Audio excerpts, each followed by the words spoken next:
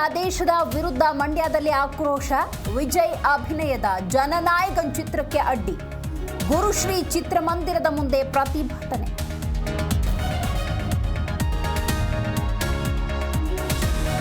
ನಾವು ಕುಡಿಯುವ ನೀರಿನ ಸಮಸ್ಯೆ ಎದುರಿಸ್ತಾ ಇದ್ದೇವೆ. ಸಂಕಷ್ಟದ ಸಮಯದಲ್ಲಿ ನೀರು ಬಿಡುವುದು ಕಷ್ಟ. ಸಂಸದ ಗೋವಿಂದ ಕಾರಜೋಳ ಹೇಳಿಕೆ.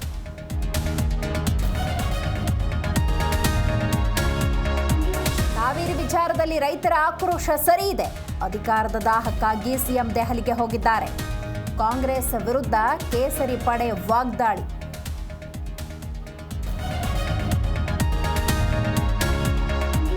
ಎಪಿಎಸ್ಸಿ ಅಕ್ರಮ ಖಂಡಿಸಿ ಕಚೇರಿಗೆ ಎಬಿವಿಪಿ ಮುತ್ತಿಗೆ ಯತ್ನ. 50ಕ್ಕೂ ಹೆಚ್ಚು ಕಾರ್ಯಕರ್ತರು ಪೊಲೀಸರ ವಶಕ್ಕೆ. ಸ್ಥಳದಲ್ಲಿ ಬಿಗಿ ಪೊಲೀಸ್ ಬಂದೋಬಸ್ತ್.